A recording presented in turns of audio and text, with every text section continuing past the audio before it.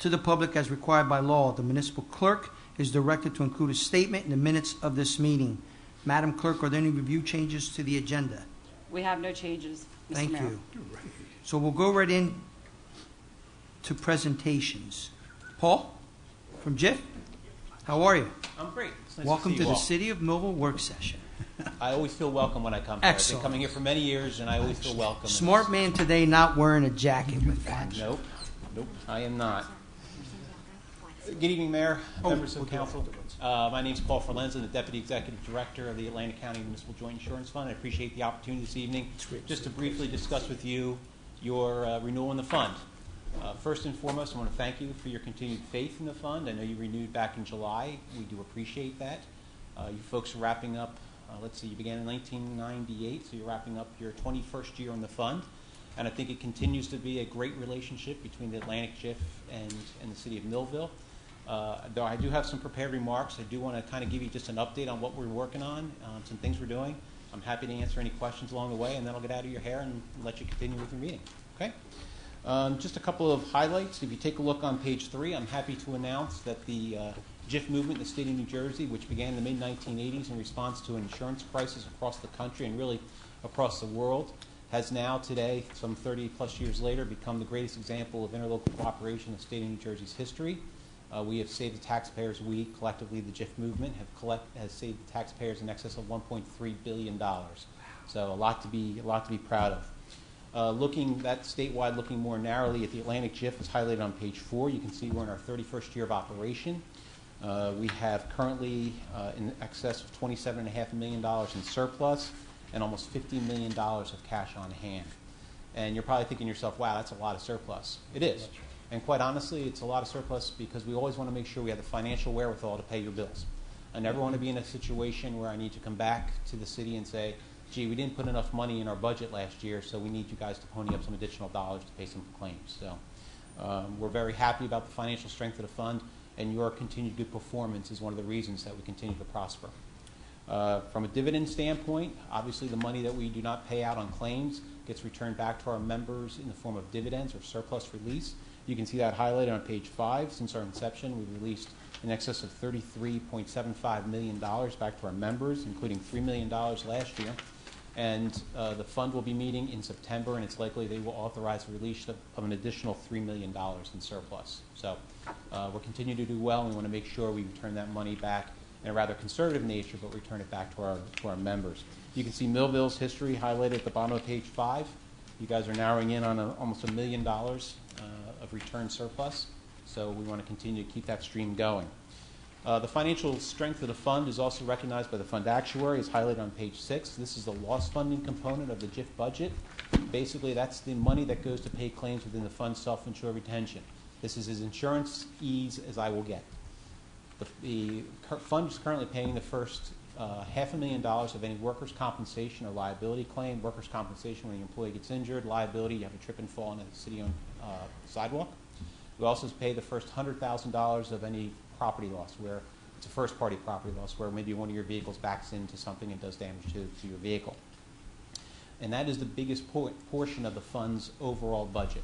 And you can see that the financial strength of the fund has been recognized by the fund actuary, and as a result, that portion of our budget is continuing to drop. So that's good to see.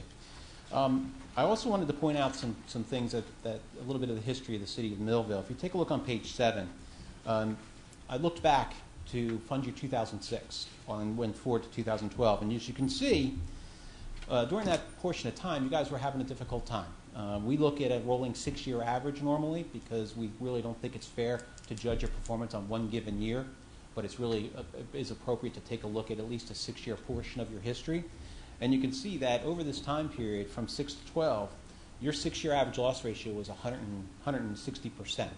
Basically, that means that for every dollar you gave us to pay claims within that fund's self-insured retention, we were paying out $1.60 on your behalf. So you're what we refer to as a net taker. You were having some difficult claims. However, when you take a look on the next page, what you'll see is when you're having more claims, your assessment is going to go up. Because when we portion out that loss funding component of your budget, we look at the net takers versus the net givers, because obviously if you're under 100%, you're kind of giving to the fund more than you need to. You can see that you had a corresponding increase from 2009 through 2012. Again, the fund increased your assessment because of the losses that you were having and the exposure that you had as well that we were insuring. Now we look at 2012 through 2017 on the next page, and you can see you really have turned it around. It's been a combination of an increase in your assessment, okay, because I think we maybe have underfunded some of your exposures, but also your very good use of safety and risk management techniques, which really have turned yourself around. And again, over that 6-year period, you're at 55% loss ratio. So you've done really well to turn your ship around, and it's something you should be proud of, not only for you folks, but also for your employees as well and your professionals. And then when you look at the next page, you can see that what's happening is that the fund is now recognizing your better performance, and you're going to see corresponding reductions over time to get you to that kind of that break-even point. And again, we are looking at 2019 budget. We had a finance meeting about 2 weeks ago, and your loss funding portion of your budget's been preliminarily reduced by $75,000 going into next year. So your good performance is paying off, and we want to continue to see you How much was do that? about $75,000. So just in next year alone. Okay? And again, that's the loss funding portion of your overall assessment. And there are other pieces of it that may go up a little bit, but you're going to see a net reduction next year. So keep up the good work. Just a couple of other highlights that I just want to point out. We ask that you continue to support your risk management team. You'll see that highlighted on page 15.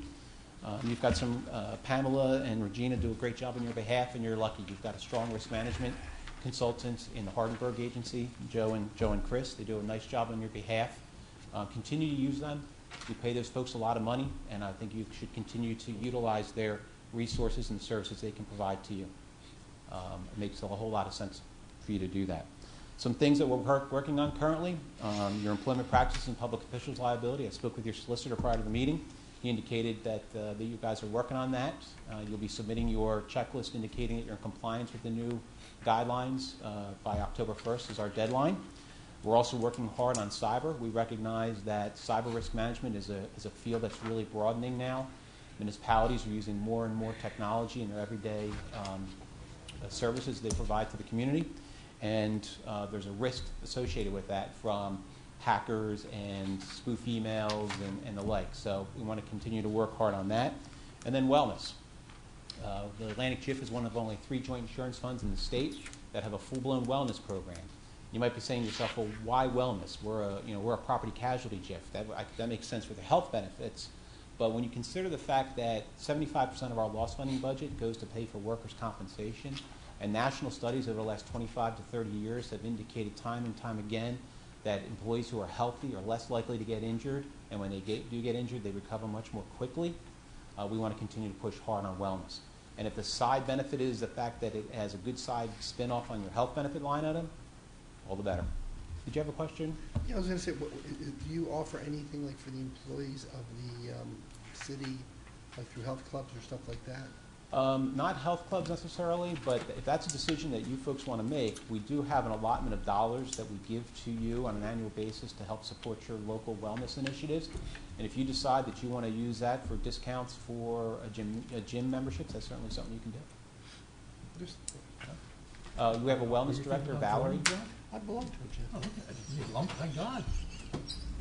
Our wellness director, Valerie Smith. I know Regina's met her in the past, so that's somebody you want to discuss those types of ideas with. Okay. Just a couple of things. $750 a year. I mean, it's very nice we get it. Last year we gave all departments free trays right before the holidays. But I love this one. It gives fruit over cookies. Wow, nice. Very good choice, fruit over cookies. What's her name again? Valerie? Smith, yes. Very upbeat. A demonstration of the reason we pushed hard on wellness is on page 20. That's an actual claim from this fund. And you can see that we had 2 like employees that were injured with very similar injuries, one healthy, one not necessarily very healthy, and you can see the bottom line differential in costs as a result of the fact that we were delayed in dealing with this claim because of the person's underlying health condition. Some other things we're working on that you'll see coming across your desk in the next couple of months are highlighted on page 22. Again, I was speaking with your solicitor earlier about some land use training that we're working on. We are starting to see more and more claims, public official liability claims, coming out of land use board decisions. We want to work with our towns to get some information in their hands that they can provide to their land use board members to talk about what their role is in a quasi-judicial process that they're undertaking, about the fact that they have to follow their local land use ordinance, that they have to listen to their solicitor when they get good advice. It's not, I mean, sometimes you make political decisions, obviously, but you know, you need to make sure that you're in the right, strong position when you're making these types of decisions. So we want to help promote that education to your land use board members. And again, more on technology risk management services. We have recently let a contract through the Atlantic JIF with 2 companies. One's Media Pro. They're going to handle the training of your employees. It's online training for technology risks. And then another company called Pivot Point, who you've probably had some interaction with a couple years ago. They're going to be undertaking some additional services on your behalf. So there'll be more coming on that as we roll that out later this fall. So before I take my leave, inside of your back flap, you have your annual report card. This is something we provide to every member every year. However, on your year of your renewal, I like to just come out and just briefly review it with you. If you look on the inside left-hand side, you'll see a breakdown of our financials from our inception 1987 through 6/30 of 2018. Below that, you'll see our latest financial results per our state-required audit. On the right-hand side, you'll see on the top half, you'll see various programs that are available to you as a result of your membership in the JIF, including the wellness program that we spoke about, the wellness incentive program, the optional safety budget, EPL cyber risk management budget. So there's a lot of components here, a lot of resources that you folks can utilize to really help offset some of your costs in some of these risk management areas. And then finally, on the lower right-hand side, you'll see some of the metrics that the JIF uses to compare how you are performing as an individual municipality versus the overall JIF. And again, can give you some good information such as the loss ratio. Again, I mentioned your loss ratio is at 55.2% over the last 6 years, and you can see that how that is in comparison to the JIF at 74.9. So again, you're performing better than the JIF overall. So with that, I'm happy to answer any questions you may have.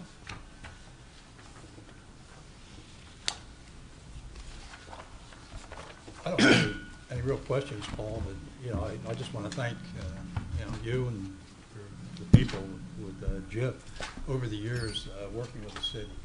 It's been our pleasure joining the JIF many years ago. We thought that it was a big savings to we as a community, and I think that, you know, that's being proven. And I just want to thank you for taking Millville in back in 20-some years ago.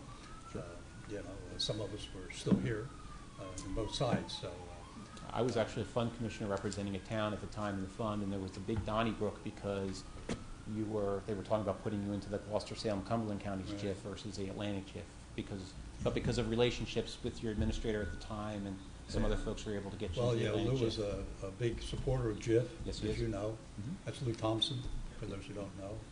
And the many meetings that we had with Lou, using his guidance also with JIF, was very beneficial. Again, I just want to thank you for the years of service, serving our city, and working out our claims. So I just want to let you know that. It's a pleasure working with you. Thank you. It's a pleasure on our side as well, and we look forward to our continuing relationship. I have a question. Going back to the page 9, Millville loss ratio trend 2012 to 2017. Yes, sir. Look at 15 and 16. They were pretty high. I mean, it looks like we've learned from our mistakes when you look at this. You have. Right? Do we know what those mistakes were? You know. Do we know what the claims were? Right, because Sure. I think that's part of. I guess that's part of your training. Okay, that's how you improve your training to give to us as the employees. Yes, we do an evaluation of your individual claims. We work with your risk managers as well as with the safety people, and we zero in on issues that you're having in particular towns. Some towns it's police, sometimes it's public works, sometimes it's claims that are being generated out of poor infrastructure maintenance, those types of things, trips and falls. That's what we get a lot of those down towards the boardwalk, especially this time of year. You know, people walking on the boards, and the boards give a little bit. You've all walked on the boardwalks, and you get a nail pop. Somebody trips over that nail pop, generates a claim. So we try to zero in on those particular types of training and risk management techniques that meet that exposure. With you folks, it's been police. That's been obviously a challenge for you, but you know, it's why you have us. It's why you have us. I know that Regina Burke, our city administrator, attends a number of your meetings down there and keeps us well informed. You know, we appreciate that. We appreciate Regina giving that time. to represent the city. So we want to thank Regina also. She's got a tough run. She To goes to the continue, claims meeting on a monthly basis, and continue that's that, where the rubber good hits the road. relationship that we have. So, Albert, thank you. About things that can- Yes, that's the most eye-opening of all the committees. It meets monthly and it reviews every Yes. claim that we have. It's over $5,000 in outlay of dollars, and that's an eye-opener. I It's a- think the eye-opener, too, is the training that you do for us in the winter. Was it March? Is it March we have it? Maybe the elected officials. The elected official training. Right. I think that opens the eyes of a lot of us, you know, when we go to those. And it's really an education. Savoy, that's right. Yeah, You we try. just completed your supervisor's training and your employees' training as part of this fall checklist as well, right? Yeah. Exactly. Well, we'll have, the long stuff come out. Right, comes and does that. Good. All right, great. Any other questions? Yeah, I have a question. Go ahead. First of all, the food is really good at the training. I just want to let you know that. Keep that up. We really appreciate that. Okay. But really, seriously, on the assessment, and really when I look at the metrics, what are the real factors that we're looking up to come up with that assessment? It's mostly driven by losses, quite honestly. You know, we take into account exposures. So if you add significantly new police office presence or something like that, like one of your fellow municipalities recently took over 1 or 2 police operations for smaller communities. We increased your assessment as a result of recognizing that they now had 6 new police officers and 6 new cars, and the exposures, both from a work comp and a liability standpoint, that go along with that type of expansion of an existing department. But mostly it's driven by losses. And what we try to do is balance what your true exposure is as determined and dictated by the losses to what your assessment should be. And that's why every renewal year, every 3rd year, we pull each member that's up for renewal out, and we treat them as if they were a brand new member coming into the fund. We send that information to the actuary, and he'll say, okay, based on everything I've seen, Millville assessment should be X. Well, it's very difficult for us to get to X when we're at Y, but we try to work our way towards Y in a systematic basis, because in the same way, it's not fair to say reduce you by $200,000 in 1 year. It's also not necessarily fair to increase your assessment by $200,000 in 1 year. So we try to balance it out and try and meet that magic point of 100%. For every dollar you contribute, we spend $1 out on your behalf. I can tell you that probably 5 to 6 years ago, workers' comp was treated, if you were injured, you were off, and that caused a big liability. That was one of the things. We now really actively do transitional duty, and that makes a big difference. We try to put them to work. It gets them back to work sooner. It doesn't. That's one of the small things. I mean, employee liability and stuff also contributes. And unfortunately, we did have an officer killed in the line of duty. That's one of the big high ones too. So I mean, that's a big factor, really. Sure. Getting them back to work quicker off of comp. It would seem to me, though, it would be more advantageous for us to stay in before you do the assessment, as opposed to pulling us out and then recalculating. We keep you in, but we just pull you out of the mix so that there are no factors that are impacting the entire fund that are maybe necessarily not impacting the city specifically in a good way. So by pulling you out and treating you as your own separate entity, it gives us a much better indication of what your true exposure is to the fund. Would you say it's similar to like a property reassessment? Exactly. Yeah, so, you know, to be fair, you're looking at each town and the value and what the costs are as is and of themselves. So that's why we also do property reevaluations. You know, you can get out of whack ratio-wise, but with a fresh set of eyes, you look at that town and see what the real value and the real risks are, and I think it's probably the fairest way of doing things. Yeah, because we shouldn't judge your performance based solely on the loss of that officer, because that was obviously a catastrophic loss, and it went up through multiple layers of coverage. We really try to look at you spread out over time and pull you out and take those real horrendous claims out, because that could happen, quite honestly, in any municipality. So we want to make sure we look at you as a standalone entity, and again, in the same idea as a revow. And if I may, the other Yeah. thing to be conscious about is the finance committee, which is made up of the membership, also is going through this. So it's not just Paul's office or everybody out of his office, but rather the finance committee, again, made up of members, but commissioners, looking at The whole thing. overall program in consultation with the actual office. It's put together by the fund itself. So there's this secret formula that's being done by the financial. You're welcome to come sit in on a meeting. There you go. It could be interesting. It could be interesting. There you go. And they don't supply food either. No food. No, not that one. Maybe I'm next out. time. Any other questions for Paul? Thank you so much, Paul. We appreciate it. Thank you. Great to see you all. Before you go, Paul, can we stand and salute the flag, please? I've been reminded I didn't do that, so let's do it. I pledge allegiance to the flag of the United States of America and to the republic for which it stands, one nation, under God, indivisible, with liberty and justice for all. Thank you. Paul's on his way to Edgewater Park, another good Atlantic County municipality. Burlington County. I know. Edgewater Park? Nah. They're like way up there. Ocean County, I believe it is. No, they're Burlington. They're way up on really? the river. But that's teasing about Millville coming in way back when. Got it. They've really spread their reach because they've done a good job. Thank you. Appreciate it. Have a safe trip. Take care. All right. Got it. Hardenberg's next. So Chris Powell and Joe Henry from Hardenberg Insurance Group, we were fortunate to be appointed this year as your risk management consultant, and we thank you for engaging us. We certainly do not take our relationship for granted. Joe is here to present safety on the agenda, which is one of the JIF requirements to, again, discuss safety, as was asked by, I believe, the mayor or Commissioner Cooper about, again, identifying losses, where are we having losses, how do we redirect safety efforts, which your safety committee is obviously very active, very large, which is good because you have a lot of representation from the various departments and frankly the players that are involved to effectuate the changes that are necessary to look at where we're having losses, how do we correct them. Losses can be, again, from a liability perspective, slip, trip, and falls outside, or they can be obviously workers' compensation or frankly just property damage. So in our role as your risk management consultant, obviously looking at contracts, working with your solicitor in reviewing contracts or agreements, things of that nature, and from Joe's perspective with regards to participation at the safety level, helping the various department heads either obtain information they may need or ideas that they may have and how can we implement them with the ability to avoid the risk or minimize the risk for that matter. But Joe's here specifically to discuss and present the safety on the agenda, again, which is one of the JIF requirements.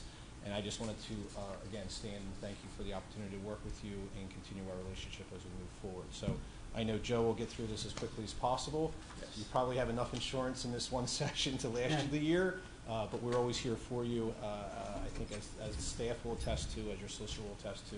And again, thank you for the opportunity to work with the city. Thank you, Chris. Appreciate it. Thank you. Good evening, everyone. I'd like to note that I am much smarter than Paul because I have no tie tonight either. Yeah, nice. All right. Just to give you a little background, because this is our first year with you, for the last 8 years, as Chris mentioned, there's a safety on the agenda. That's a requirement. So our office puts a safety topic together and does the presentation to the council, and we also share that with the safety committee. Primarily because the JIF feels strongly that safety is a key fundamental element to a successful and profitable organization, as Paul touched on. Therefore, we go ahead and develop that topic annually. So the purpose of the presentation is very brief. If you want to follow along the program that I provided, is to share with the governing body this year's 2018 safety topic of distracted driving. I travel all throughout South Jersey, and in my travels, I see a lot of things that just boggle my mind. The idea of distracted driving came to my mind because I'm traveling the 295 corridor, which you guys down here may not be familiar with, but I know the solicitor is. There's the 10-year project going on there. There's a lot of distracted driving in that area, a lot of bottlenecks. Also to share with you the safety and wellness program and give you an opportunity to ask any safety-related questions. Just an idea of some of the things we've done in the past. We've done a program on cyber hacking, which Paul commented on, PIOSH, who they are and what they do, emergency responding after catastrophes, just name a few. We always do like to recognize the core leaders of the Safety and Wellness Program, with Pam serving as your safety coordinator and your claims coordinator, and Regina, as mentioned by Paula earlier, gets to attend the Fund Commissioner meetings. Thank you, Regina. And supporting the leaders is the Atlantic JIF and Hardenberg Insurance Group, who I represent. So here's a brief synopsis of what your program looks like. Safety committee meetings. They meet 4 times a year to discuss and review safety issues There's great representation from all departments. And one thing Paul didn't mention that I wanted to mention is that there's great police involvement now. In the past, we haven't had police involved in a lot of the towns. But Keith Hummel, who works with Jay Montgomery, he's a retired chief of police from Voorhees Township, and he's available and ready to assist in any police topics or any related safety issues with them. And he does make arrangements to attend meetings that the police have. Also, inspection checklists, we have those available to assure that city-owned properties and walkways are free from hazards to help reduce and eliminate liability claims. There are online training classes, there's instructor-led classes, and also online classes to help keep your employees PIOSH compliant. And a big part of the program is accident investigations. The safety committee conducts accident investigations where we take the accidents that occur. We want to know how, what, when, where, and how, so that those accidents don't occur again. And the wellness program Paul touched on, so I'll just gloss over that one. The JIF does like to recognize your efforts and provides the following financial incentives. Again, Paul commented on these, but I just did want to note the $2,650. That is an award given for your safety efforts by your committee. Moving on to the next page, this will take me on to this year's topic, distracted driving. It is a growing epidemic. According to the National Highway Traffic Safety Administration, distracted driving is defined as any non-driving activity a person engages in that has potential to distract him or her from the primary task of driving and increasing the risk of crashing. Driving is a skill that requires your full attention to safely control your vehicle and respond to the events that happen around you. Moving on, there are three main types of distraction. We've got visual, when your eyes are taken off of the road, manual, when your hands are taken off the wheel, and cognitive, which we're all guilty of at some point or another, when you're taking your mind off of driving, whether it be daydreaming, talking to someone in the car, maybe singing a song with the radio, thinking of something other than driving. Next, I've compiled an activities, a list here that distracts drivers. You might also witness in your travels. Interesting enough, the lady in the picture on the right, not to pick on her, but these things do happen. She's looking in the little mirror at the visor. I actually saw a lady last week with a handheld mirror in her hand. It was about yay big, not to pick on the ladies either. And then coming down Delsey Drive tonight, there was a young lady with a cell phone visibly up over the steering wheel as she was driving, with really not paying attention to where she was going.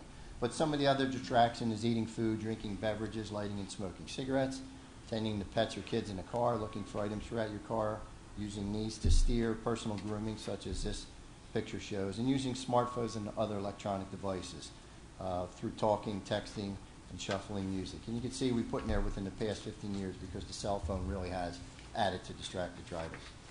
The next two pages I've compiled some statistics that you may find of interest. I'm just going to touch on a couple on each page for the sake of time. But just to give you an idea that the percentage of motor vehicle crashes caused by distracted driving is estimated at 80%. While talking on a cell phone, you're 4 times more likely to crash. And Paul commented on policies earlier. There's a good reason to have those policies in place. Moving on to the next page, in 2015, there were 3,477 deaths attributed to distracted driving, and just a couple down, using a cell phone while driving, whether it's handheld or hands-free. We're all familiar with the Bluetooth now. It's proven that it does delay a driver's reactions as much as a blood alcohol concentration at the legal limit of 0.8%. Texting while driving increases it to 0.125. So I think we can all recognize the cell phone use in the car has become the #1 distraction today. So it's heads up or heads down.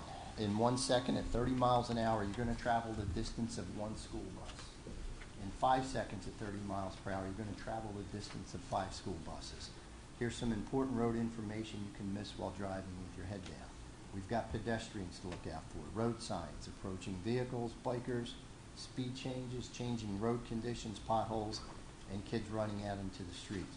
Also, work crews. Sadly, there are many injuries and even fatalities involving our municipal employees when they're simply doing their jobs.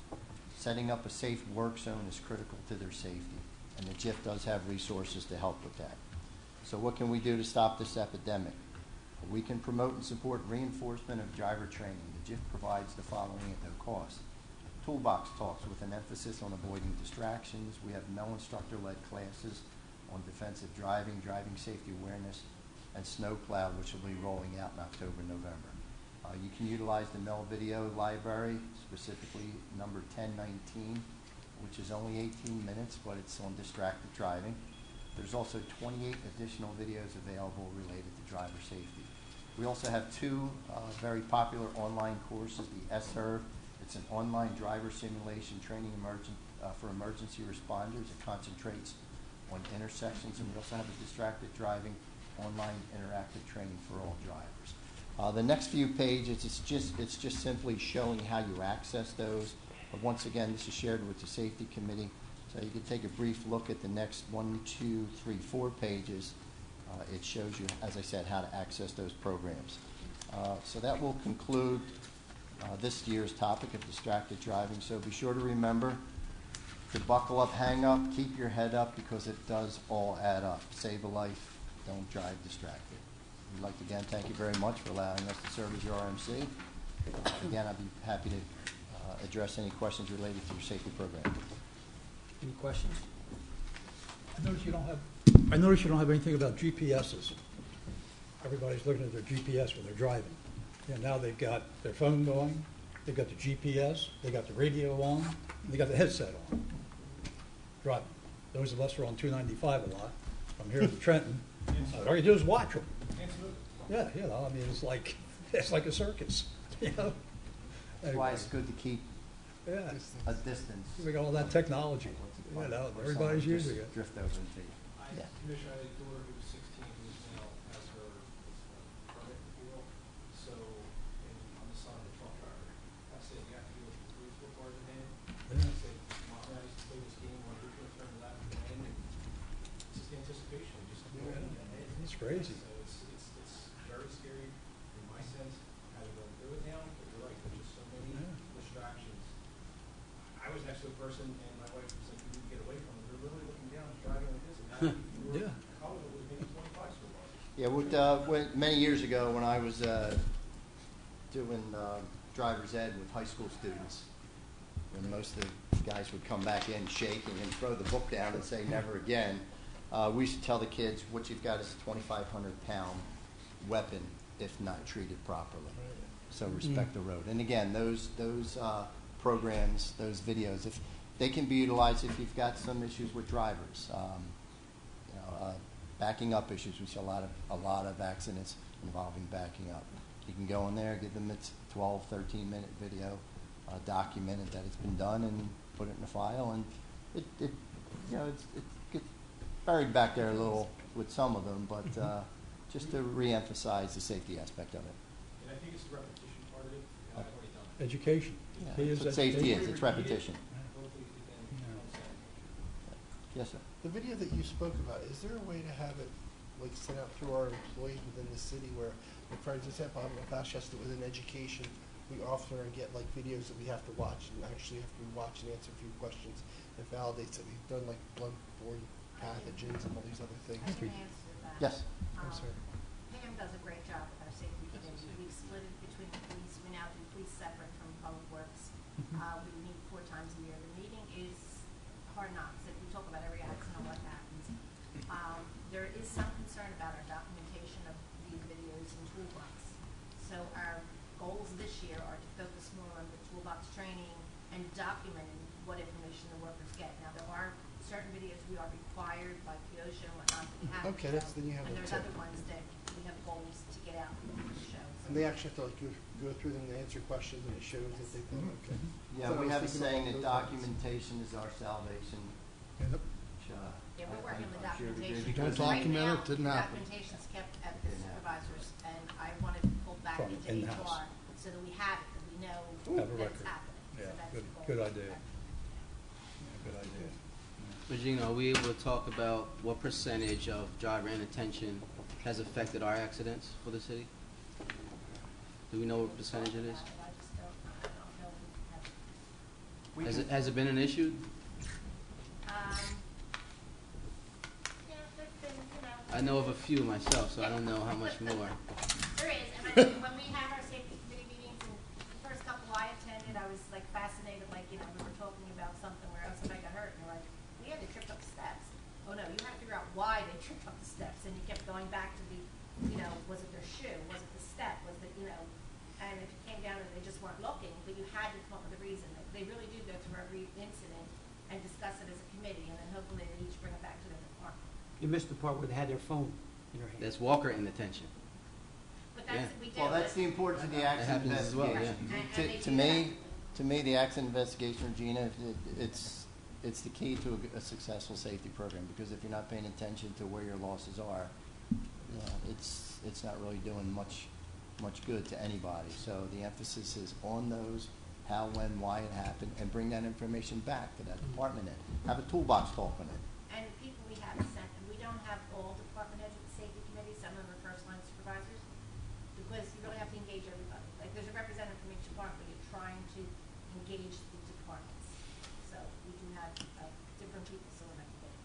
So in the toolbox talks this year, have we talked about this? Or is this something that's going to be pushed out right now? Moving forward in this year? I'm focusing more on, we used to have a full-time safety coordinator, and then we don't any longer. I've given Pam some more of that because I want more responsibility. I'm still a little concerned that the toolbox training could be better documented, and we're working on that. Because the toolbox training comes down from the supervisor. And we just want to make sure it's happening. You know, when we're meeting their people in the morning, that occasionally there's a toolbox training. But is that online, toolbox training? I'm sorry. Is the toolbox training is not online? There's, Like a meeting? the Bell Video Library is Some a large choice. Like, some of it's on there, some of it's just, you know, it's like, just remember, heads up, like, you do that. Just verbal. A toolbox talk can be something as simple as you're sending the guys out to chip today. Supervisor brings in the room, has a sign-in sheet, has the date, has what the subject matter is, chipping safety. Have all the guys sign in that are there, go over it anywhere from 2 to 5 minutes. Guys, these are the things that be important. This is Gotcha. what you look out for. Set up your safety zone. Make Very sure you've got relevant. your goggles. Make sure you've And got time sensitive. your vest on. Yeah, very simple. Good. Good practice. Any other questions? We appreciate it. Thank you so Thank you very much. much for your time. Thank you, Chris. Appreciate it. Have a safe trip home. Yeah, take care, guys. Thanks, guys. Super. Thank you, guys. See you guys later. Take care. Okay. Now we go to public comments on the agenda items only. Anyone that would like to make a comment on the work session agenda, please step up to the mic. State your concerns, state your name, and limit your comments to 5 minutes, please. Seeing no one, I close the public comment on agenda items only. Old business, please. We have no old business, Mr. Mayor. Discussion of commissioners. Commissioner Cooper. No report at this time, Mr. Mayor. Commissioner Pepitone. I'm going to wait for mine as well, sir. Commissioner Udalvis. I actually do have 2 items that I think would be best to address during the discussion of commissioners. The first is a clarification, and I know that I had sought some guidance from our city solicitor regarding the airport redevelopment plan. I actually do have a memorandum dated September 4th, 2018 from Samantha Silvers, our supervising planner, in addition to an attachment of the revised copy of the James R. Hurley Industrial Park redevelopment plan prepared for the city of Millville dated August 2018. Copies of this plan will be available in the city clerk's office.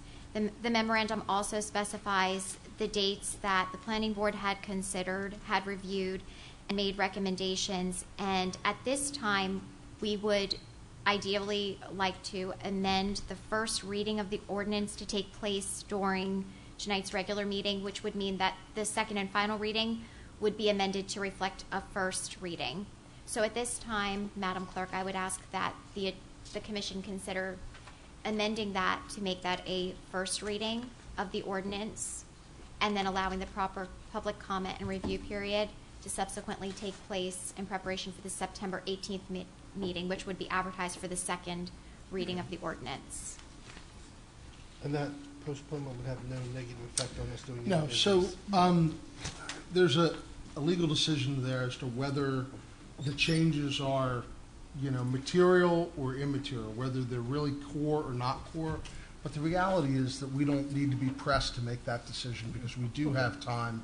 So what you're doing is you're giving the public, I more believe, time. even more due process than what the law requires, which is a good thing. So you're going to amend tonight. It'll essentially be a second first reading tonight. And then when we come back in 2 weeks, then you'll have your second reading, your public hearing, and those issues. So there'll be a motion by So, Commissioner again? so Commissioner, that's why you have this memorandum. When I spoke with Samantha before this meeting, I had her put this together so that we're all informed as to what's going on, what the planning board thought about, and what changes we Thank should you, have Mayor. and not have. So this is the information that we all should have. Yes. And at this time, I will make the motion to amend for a second first reading of the airport Now we redevelopment need a plan. second. Second, For that. second the motion for the second, first reading of the, Whatever. you got it. You stuck the landing. Nicely done. Any other comments? Roll call. Pepitone? Yes. Parent? Yes. I'm sorry. That's fine. Okay, Commissioner Pepitone, Yes. Vice Mayor Parent, I still vote yes. Commissioner Udalvis. Yes. Commissioner Cooper, Yes. and Mayor Santiago. Yes. Anything else, Commissioner? Actually, I do have a series of questions that I had prepared regarding the ordinance on first reading, item 3, amending Chapter 46, Articles 1 through 38, personnel policies of the Millville City Code. And after having the opportunity to have spoken with the city administrator, I'm going to allow her to, or ask her, kindly request that she provide the background of that discussion. Okay, I'm going to give you some. Which item was it? Please say that again. Sure, that is the first reading, item 3, amending Chapter 46, personnel policies. As per the GIF policy, we have to update our personnel policy. In 3 years. No, this was good. Right. So it was time to update. Doug Long's office, our neighbor attorney, he was able to, they reviewed the policy. They put in everything that JIF recommended. Like there's a lot of new law, labor law, like the sick leave law, the part-time employees, making accommodations for breastfeeding moms within the, to be able to do it within the building while they come back to work.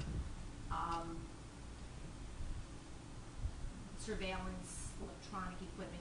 So they took the first round. We then took the policy and we reviewed the policy. And I reviewed it, like there were a couple things in there that's not the way we were doing it. One of them was, it said that we appointed people at the minimum salary range. Our minimums and some of our salary ranges are like the minimum wage even below. We put them within the range, so I had that corrected. It stated, and it was under the last policy because it wasn't in the previous policies, that we appointed every employee by resolution, and we didn't. So like I corrected that. They were the things I corrected. Then we moved forward, and there were a couple things that I added as policy. First, we'll address 2 that I was asked by a couple commissioners to add. One was we right now do employee evaluations for probationary employees, but we do not do it for regular employees. We took the word probationary out. Now, we did point out that we took it out of the first line. We missed it out of the other paragraphs. This is a policy that the commission has to decide.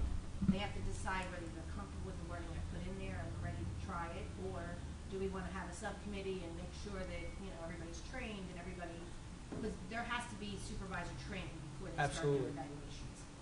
It's in there. We can either remove it tonight if you're uncomfortable with it, we can leave it in, or you can even think about it for 2 weeks, however you want to do it. Regina, let me stop you. Is that something that JIF can offer to us? Some of the training, Doug Long's office, I was hoping once this is all adopted, the employees have a training session and supervisors have a training session. Doug Long has offered to do them free Okay. of charge. I was going to have him add that to it. Okay. We also have to do some sensitivity training and Sure. supervisor training, another issue. So I was going to make that part of the whole thing. Okay. I have, as for coming up with an evaluation form, they're pretty standard, we can come up with. I feel ready to roll it out based on people's anniversary dates, so there won't be 12 evaluations due on the 31st of December. There's ideas. There's going to probably be pushback from the unions, because after this is adopted, after you introduce it tonight, then goes to the unions. Just to clarify that, I did have some unions question. Okay. I can't send them out in the form it's in right now until it's approved by commission. They're Right. going to review it. After you introduce it tonight and you approve the first reading, I then will send it out to all 5 unions. And during the next 2 weeks, they can either contact me, you, they can come to the public hearing Sure. if there's any issues. So I 2 unions did contact me on Friday. I replied that this is the process, that, you know, this isn't being adopted tonight, this is being introduced tonight. Right. And then they will get their chance to speak if they have an issue. Regina, I as well has been contacted by both of the unions, as well as spoke with Doug Long.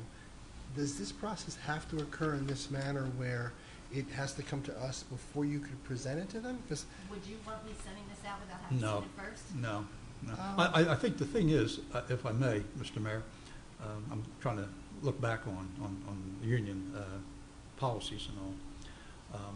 This has already been sent out, hasn't it? Well, when it In- became public, when Yeah. I put it on the agenda That's Friday. what I mean. In Prior other to words, that, it hasn't gone it's out. already out there Right, it's out. as of today or whenever. As- But what I'm municipal saying is, and clerk again, sent it. coming from a union background, having the opportunity to review before the feeling of the commission moving without any view of what's going on, it doesn't send the message that I like to see.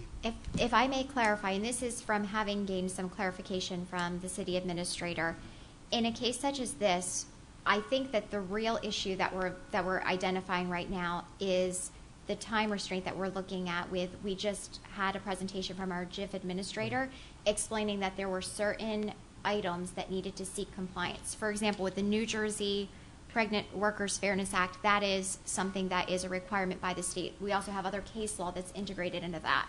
I did actually dissect the new personnel policies by comparing them to the old, and I took them item for item. All of the items that did have a legal background or they did have justification from either case law or from statutory requirements, those that are addressed would be what we would need to identify and to focus on at this time in order to be compliant with the October 1st deadline. So looking forward, I would ideally propose a motion this evening to remove the articles that were not at the original Time-sensitive. request of our legal counsel, and those items could perhaps be tabled until we could actually examine them further. For example, the dress code policy that was added in Article 38. Article 38 did not previously exist in our personnel policies. We also have Article 19, which is the performance evaluations. Many of the questions that I had that revolved around that included, do we have the infrastructure to support those at this time?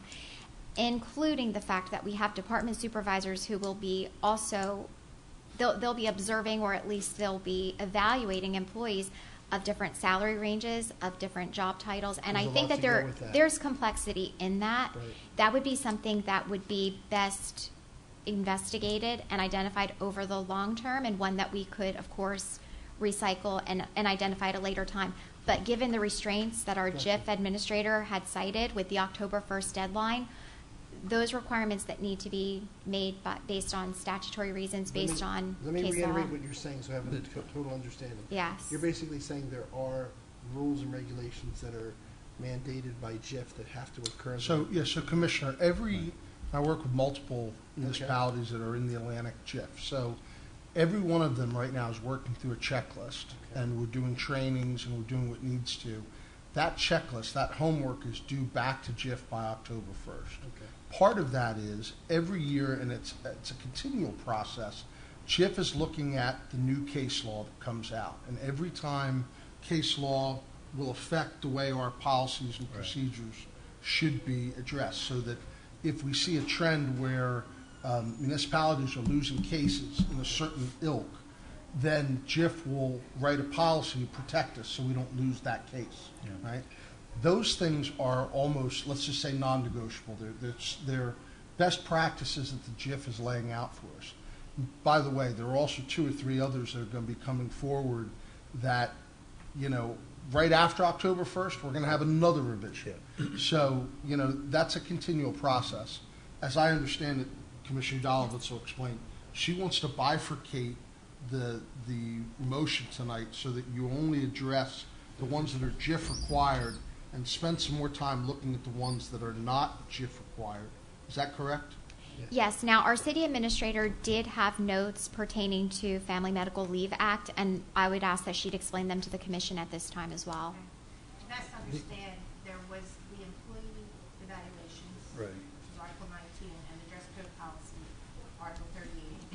probably be the two biggest things that need to be discussed. You know, like they're new, that's probably something the unions are not going to see very well. Okay. So are we talking about removing them from tonight? Well, that would be the suggestion of Commissioner Dodd. Agreed, okay. Okay. There were a couple other things that, like, we had a motor vehicle first violation, it's $1,000 on that day off. That wasn't legal, and ironically, the Internal Affairs Officer said, you know, everybody questions that we have that. Our labor attorney took it out, and he has it written differently. It's written correctly for legal purposes now. So there were changes made that our labor attorney said, you need to be in compliance. We have to make these right. Okay. They were all made. The only policy changes, which the labor attorney said to me, okay, these are policy changes you are suggesting, are the two, one would be the family medical leave. And under family medical leave, right now, we require them to use all sick, vacation, and personal time before they're able to, while they're on family medical leave. Well, they have a disability, state disability plan that we offer once their sick leave exhausts. Right. And they can't use that with their FML. So my suggestion was to take the vacation and personal out. Right, I think it's fair, I think it's the right Okay. thing to do there. right. But we're not talking about that for Well, I'd tonight. like to leave that in, but I want you to Yeah. know that I'm leaving that in. That would be a change that the legal counsel would not have initiated. It was the suggestion from, I'm not comfortable with that specific one, only because I think the unions need to have to weigh in on it. Why? Didn't hear you. I said something like that, I would like the unions to have the ability to evaluate and look at. Okay, and you were suggesting that you like to remove. That And under specific the one as donated well. leave, the donated leave policy is written that if it's not going the way the city hopes it to go, we have a right to just take that from the union. And it's written right in the policy, okay? Do we have a right to take it from the And employee? again, We can cancel the donated leave. I don't okay? like the message that sends when we're dealing with We're people who are canceling it, Joe. negotiating. No, we're not canceling it. I just wanted to ask for two things with that, and once again, these are suggestions, you know. One is that while they're on donated leave, they're not accruing leave. Usually when they're in a no pay status, you know, if they're off for 3 or 4 months sick in a no pay status, they don't accrue leave for those months for the next year. Right now they do. They can be off for 5 or 6 months on donated leave and they come back in the beginning of next year and get While they're on retirement. leave, and again, I may agree with you with that, but again, that's an issue that doesn't seem to be connected to the time parameters that Ashley was pointing out. in order to maintain compliance, perhaps what we should do at this point, if there are questions pertaining to that, there would be a second reading on this ordinance. I But hear you, however, if that is an issue that we feel that we would perhaps feel safer addressing after just, I think basing it's- all of our ordinance on the legal background, then that would also be appropriate to also table those items as well. I'm in agreement with Joe. Over the weekend, I got several complaints after I read your email on Friday, the 31st, specifically from the PBA president, that they didn't get the opportunity to at least review what we wanted to do. And that's And I all think- courtesy. The problem is I didn't know what you wanted to do. Exactly, That's and I why- fully understand that. I'm not saying that you were wrong, but the point of the matter is that if we're going to continue to have good relationships with our unions, I think we should allow them to at least look at what changes we're thinking about. I think it's only fair, and I think we'll have a better understanding between groups if, in fact, they know where we're coming from, and we know where they're coming from. Thank you. And I think that's what you want to say, Joe. Exactly, appreciate that. And to clarify moving forward, if that were an area that the commission were to explore in the future, let's say that were 3 meetings from now, we would have one article that would be isolated rather than viewing the personnel Right. policies in its entirety. I like that as a At practice this time, established. I feel that, respecting With all all of the different views, I feel that at least to have the plan in compliance by the October 1st That's- deadline is the priority. In that case, I'll refer to our city solicitor to tell us how we would amend that. And again, I'm sorry, and again, if in fact it's something that's going to affect the union, I think we should still be allowed to address that with them prior to October 1st. You're in agreement with that? And actually, I would just like to clarify the process because the procedure to me is just as important. If we are introducing a new concept, in order for the union to view it, we still need to pass that on a first reading, City Solicitor? Yeah, I mean, there's a couple there's a couple ways to do it. You can have preliminary discussion and things like that, but again, how does your staff know that something that would even fly or that you would, appreciate, that's something you would go with? So as far as the procedure of that, you can go ahead and you can do a first reading and let the unions know. Say, look, we're going to take this on a first reading just to see, we're going to essentially polling the commission. Is this something that potentially would pass? And then we're going to bring it to you and do almost very similar to what you just did with the redevelopment plan, which is, hey, after we introduced it, we discussed it, we're going to amend it, and there are, big, we would say material amendments to it. So we're going to do a second first reading of now the revised, and then you would do a second. Why not just push it down for the next one? It's a cleaner. It actually is to me, it's a cleaner way of doing it. Tomato, I would tomato. If rather you want to the do cleaner way it, be to the only put thing the I whole would thing. ask for, and I think makes sense for your relationship with the union, is if this commission decides over your period of time together that you're going to do it one way, you're going to have a conversation before first reading, then you would do that always. Or if you're going to just let them know, we're going to do the first introduction and first reading, and then we're going to have our conversation, and then we'll amend if we need to. Then you just, so they know what to expect each time you do this. This is going to happen. You're going to be amending these procedure All the time.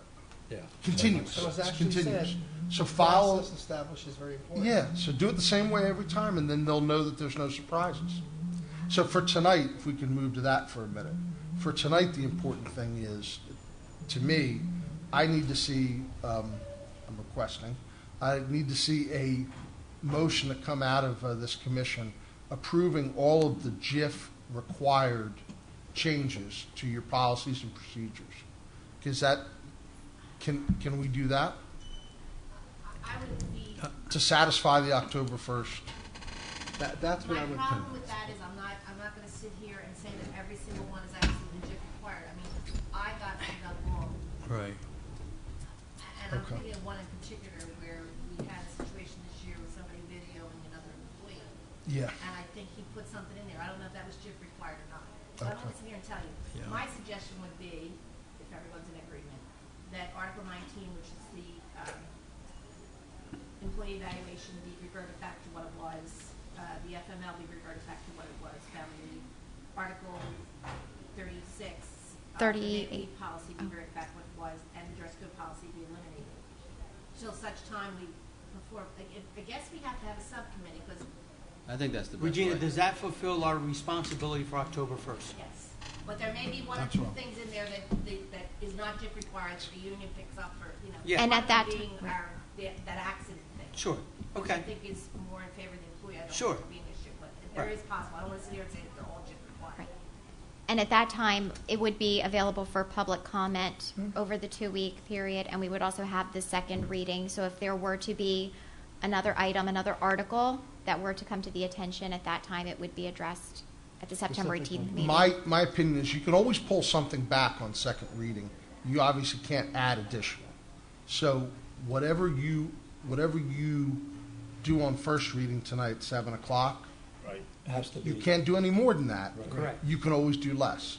So As per the recommendations of the city administrator in regard to Article 19, which is the employee performance evaluation, the article pertaining to Family Medical Leave Act, It's 46-77 46-77. and 46-151 through 158 is the domain leave policy. Okay, that was 36, you said? It was Art. 46-151 through 158. And the repeal of Article 38, the dress code policy, to revert back to, there was no Article 38 previously. Right. With those items, I make a motion to amend ordinance on first reading, Item 3, Chapter 46, Articles 1 through 38, Personnel Policies of the Millville City Code. Second the motion? And we're hold on, Joe, and we're eliminating the accident. Now, the accident thing is that the attorney put in there. Okay. It is changed. I believe it's more favorable to the employee. Yes, but okay. All right. That could be an issue. I'll trust you. If anything, As long as we may We have can to pull that. revert back. Great. You know, Pull like, that. Okay. revert Okay. back. But I think it's written, more legal, proper, you know, Very good. so. But the next thing I want to plug, going back to what Ashley said about process, I don't want to be put in the situation again where our back's against the wall. So if there's changes that are coming down the road, can we make sure that there's enough time to give the association the opportunity, or the unions, the opportunity to peruse the information prior to us having a first reading? Well, the 4 things I removed, I need to take direction from the commission as Okay. to whether you want to pursue them or just wait for direction on a later date. Okay. Having removed those or having amended the ordinance on first reading this evening, I would also make a motion to table those items for further consideration by a subcommittee led by the city administrator at a Second date that to be determined. I second that motion.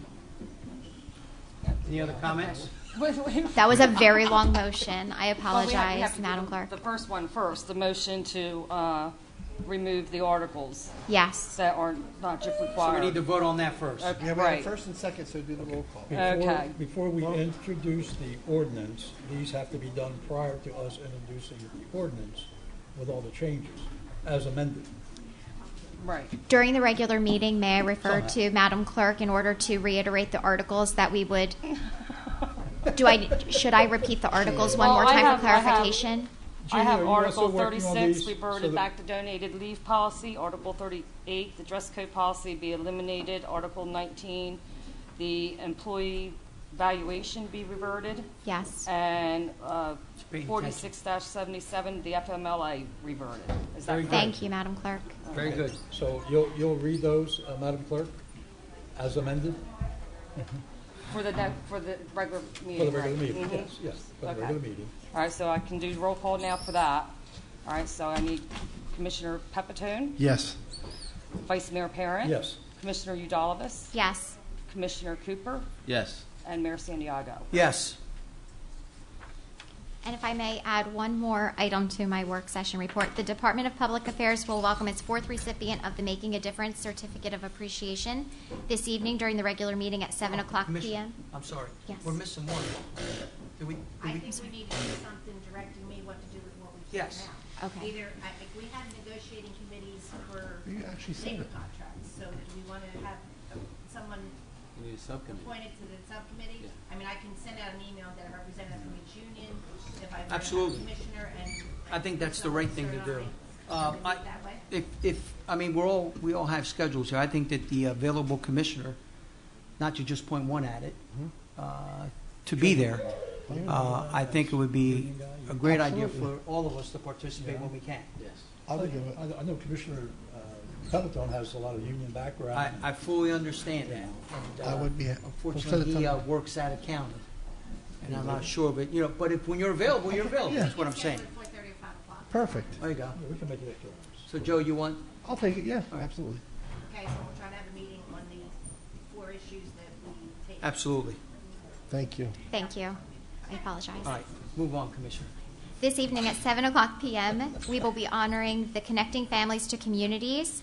They are a collaboration between the Hollis City Development Corporation, Millville Public Library, Cumberland County College, and the Millville Public School System, with a mission to improve the quality of life for families through a combination of informal family meetings and community and neighborhood development. This evening at 7 o'clock, we will welcome Heather Garrison, community builder with Connecting Families to Communities. And nomination forms for the Making a Difference in Millville recognition are available as PDF files on the city website. The Department of Public Affairs encourages all citizens to fill out a form and to nominate an organization. And with the conclusion of this report, Mr. Mayor, progress. Thank you, Commissioner. Got a lot done there. Yes. Vice Mayor. Progress, Mayor. And myself, progress. Can we go right to new business, please? We have no new business, Mr. Mayor. We go right to public comment portions. Anyone that would like to address this commission, please go to the podium, state your name, and address your concerns, and please limit your comments to approximately 5 minutes. Seeing no one, I close the public comment portion for this work session. Comments of commissioners. Commissioner Cooper. No comment, Mr. Mayor. Commissioner Pepitone. Save it for later. Commissioner Udalvis. Progress, Mr. Mayor. Vice Mayor. Progress, Mayor. Progress myself. Can I get a motion to adjourn? So moved. Second. All in favor? Aye. Aye. Thank you. We'll be back.